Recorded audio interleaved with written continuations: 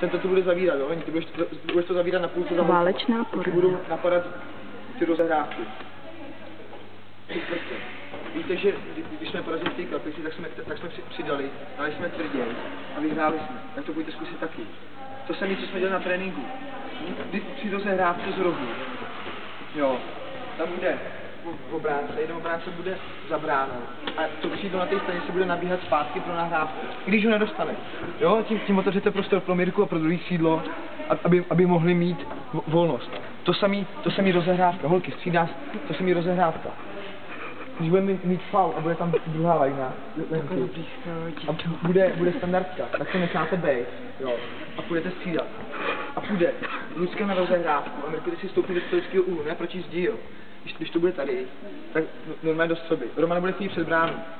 Jo, to samé, když bude faul, budeme mít míček a uvidíte, že Plzeň ho střídá, tak odejděte 3 na střídání, jo. Třeba dvě obrana a jeden střídal. A když si to rozehrajte, jo, tak tam nebudete mít kdo, zkuste to využít.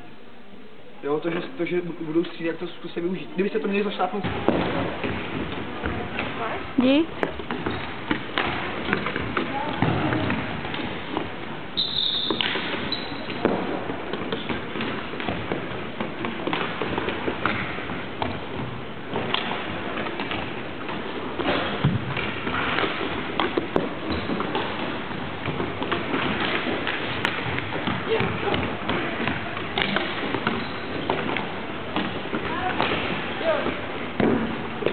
Jestli mě někdo trefíte,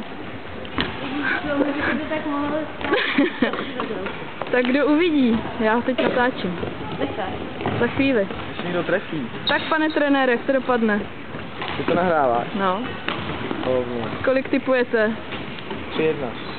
Vítězství? No. Minimálně 4. 2. Kolik Peťa golů nepustí? Dobře! A pořádajte! Holky, nenecháme hrát, když ztratíte míček a přestanete hrát. Hrajte pořád, ztratím míček, hraju furt. A ne, že ztratím míček a koukám, co mám udělat. Dobře.